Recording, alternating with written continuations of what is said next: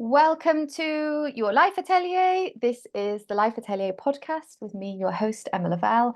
And as well as being your podcast and YouTube video now, this is also like the point of these episodes is that you are creating space to work on your life, to think about your life, and to take some time to connect with yourself and what it is that you want more of and what it is that maybe you want less of. Okay. So, what we're going to talk about today is the topic from the Life Atelier Live, which we did this morning, which was about about trying not to get distracted by Rita making various pathetic noises in her bed because she wants me to sit next to her. And I'm not going to do that because this is my focus for the next 10 minutes. It was all about turning your impossible goal into inevitable and inspired by Project Croissant, which is or was my moving to France project. And now we have Project Peacock. Project Peacock is me buying a house where there is enough space in the garden to have a peacock. Now, I'm not saying I will have a peacock because Rita and a peacock might not be the ideal combination. I have a video of her meeting a peacock, the peacock one, but that's the vision, right? So I'm going to run through why I've named it Project Peacock, how naming Project Croissant meant that I was able to go from taking the decision to actually go and move to France at the start of November to being here in January and having rented an apartment. I think it was 10 days after we arrived, the royal we, Rita and I, which is like very, like, it's amazing. If you don't and haven't lived in France, you'll be like, yeah, you rent into an apartment, so what? But I'm self-employed and I have a dog. And in France, renting as a self-employed person, with a dog, not easy. So I'm very proud of that. Very, very proud. So we'll run through a couple of topics. I'm just going to touch on a few of them lightly because they are mentioned or I go into them in other projects, other podcast episodes, or there are full lessons on them in Prune and Bloom. Prune and Bloom is the membership that I've run. And that's where really you've got resources about everything connected to coaching and about how to take your problems that feel very big and very heavy. Sometimes our goals feel very big and very heavy. You know, you find yourself saying, I've got all these things to do. There's so many things. It's going to take so long. And what I do is I help people to just make them light, make them easy, make them fun. And then when you bring the play back in, they become much easier and more enjoyable to do. So here we go. So we're going to cover, as I mentioned, a couple of topics today. If you are listening to this on the podcast and you want to, you can get the Notion document. It will be in the episode notes, and then you can kind of adapt them and make them your own. And then if you're watching this on YouTube, I'll put the link underneath as well. If you're watching this inside the Life Atelier, in fact, all of them, I definitely recommend, like, come to one of the Saturday morning sessions. Okay, they're going to be on Saturdays. Today I was like, should I change the day and not do any calls on Saturday? But now I have said Saturday, we will do Saturday for the next few weeks. The really great thing about coming to a Saturday session is that you have this dedicated time and space where you're with us on the call and you are creating that extra bit of connection. And it's really wonderful. I don't record them because I want people to feel comfortable enough to just say what it is that they want to say and to have those discoveries. And I find that if you're being recorded, sometimes it doesn't feel as easy, it doesn't feel as good to do that. So what I do is it's like just open recording, open coaching. You don't you feel comfortable.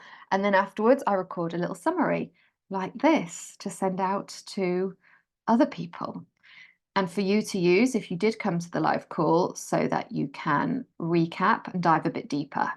So our objective today, when we're turning things that feel impossible and feel enormous, and we're making them inevitable, there are a few things we need to consider.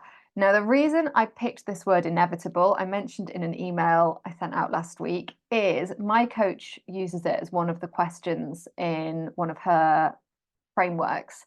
And I felt so much resistance to it. And the question was, how can I make this inevitable? And every time, like, I wrestled with it for, I think it must have been a year, right? And I would see it and I was like, oh, I don't know. How can you make anything inevitable?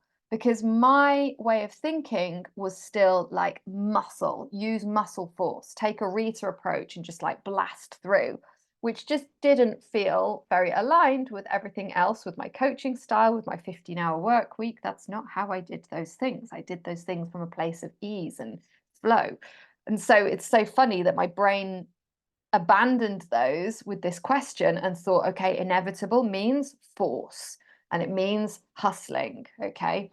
And so I was going to coach. In fact, I still am. I'm coaching on this topic in her membership, in her program. And I put my hand up and I said, like, I don't know how I'm going to coach on this because I have a lot of problems with this question myself. And she just said, look, it's just a question. It's just a tool. Okay. And the idea is to get your brain thinking creatively and saying, ooh, okay, if I was going to make it inevitable, I can't even say the word, how might I do that? It's just another tool to open up creativity in your brain. And I thought, okay. And now I've got it as part of my methodology, which is we make the impossible inevitable by adding the step of play. So once we bring in playfulness, we bring in creativity, and then we're able to create that inevitability. So today's angle, what we're going to talk about is practicing wanting. Okay. So even letting ourselves put words around, put a feeling, put an image around the idea of something that we think is impossible. And then how we're going to use naming it and bringing play into naming it to make it inevitable, which is why Project Croissant was called Project Croissant.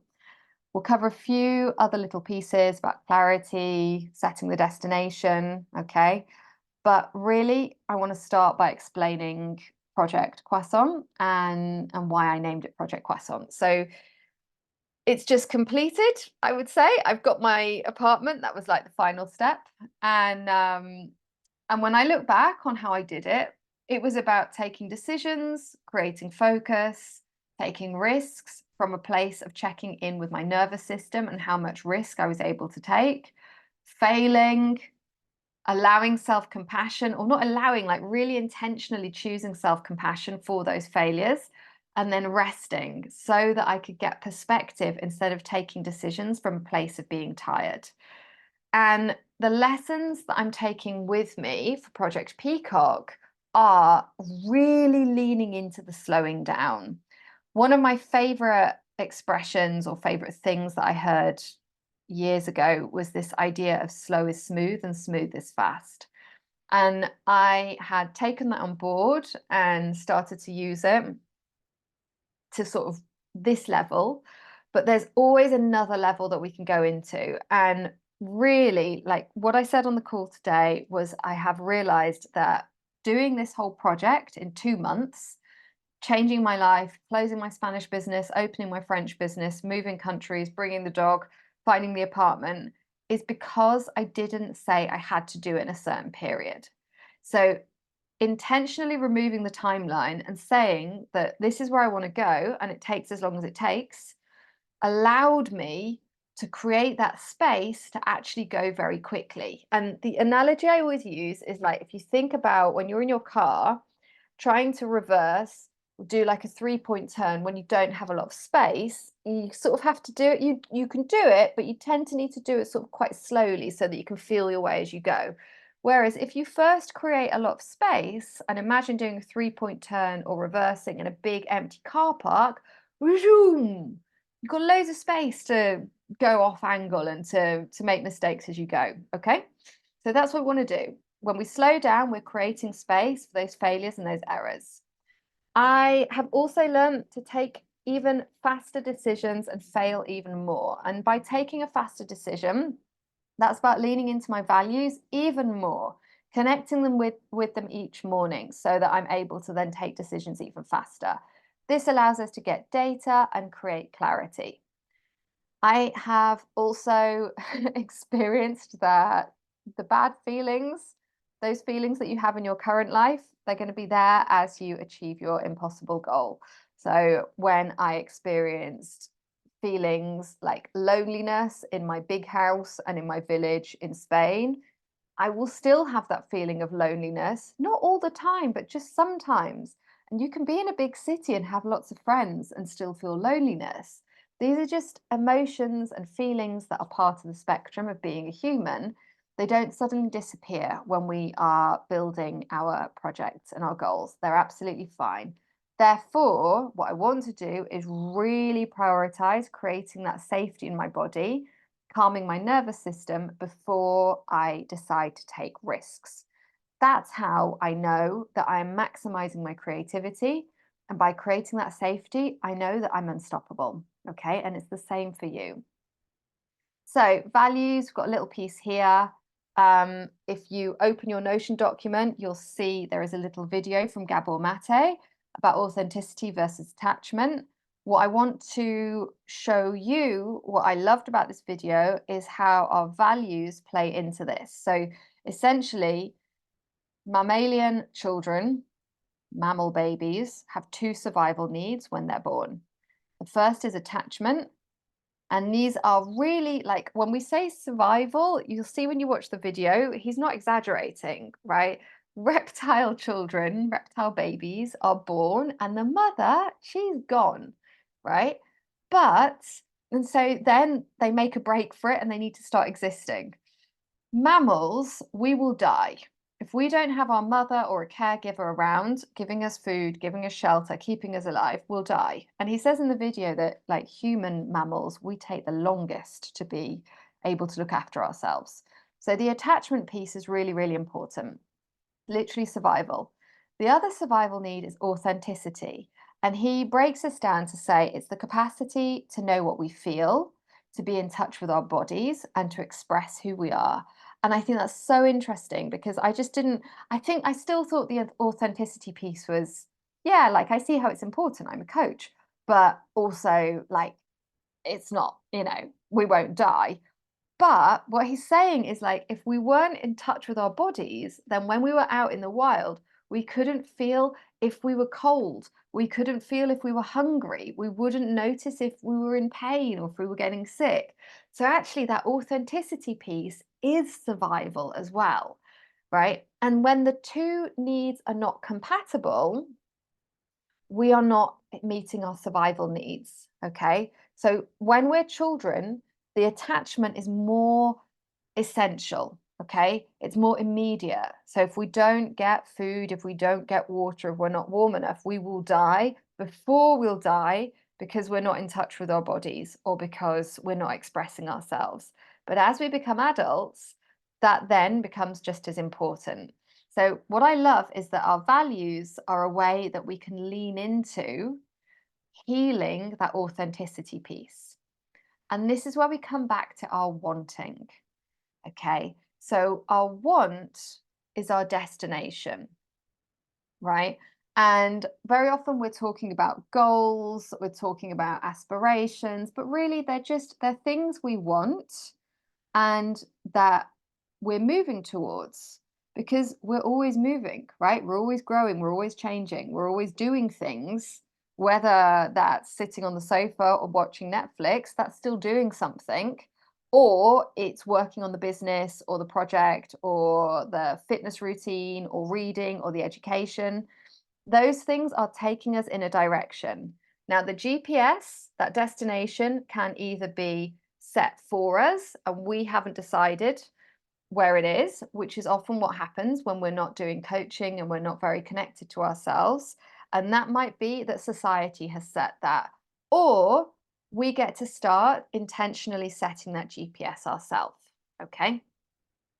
So, challenges that we have to wanting and to setting an authentic destination can be lack of capacity to focus, okay? Not having that starlight focus that Johann Hari talks about in Stolen Focus. It can be that we don't have the skill of strategic daydreaming, of creating safety to bring our mind back into full capacity, okay? It's going to change. Super annoying. If you're watching this on YouTube, my camera randomly gets like zoomed in, which is very intense.